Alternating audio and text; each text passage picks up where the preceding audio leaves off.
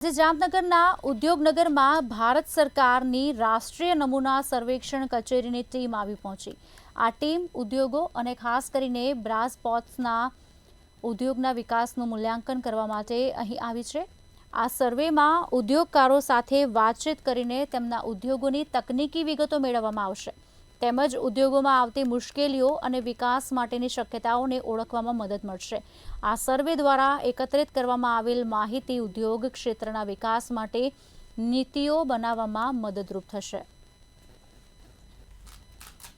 और इसमें मुख्यतः दो प्रकार के शेड्यूल होते हैं। एक मैन पावर के लिए पार्ट 2 और पार्ट 1 जो इंडस्ट्री स्पेसिफिक जो कि जीडीपी के कंट्रीब्यूशन और कैलकुलेशन में हमें हेल्प करता है।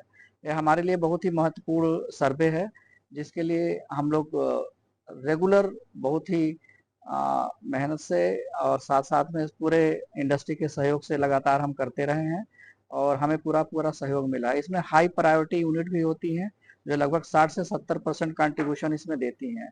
यह इस बार गुजरात में भी किया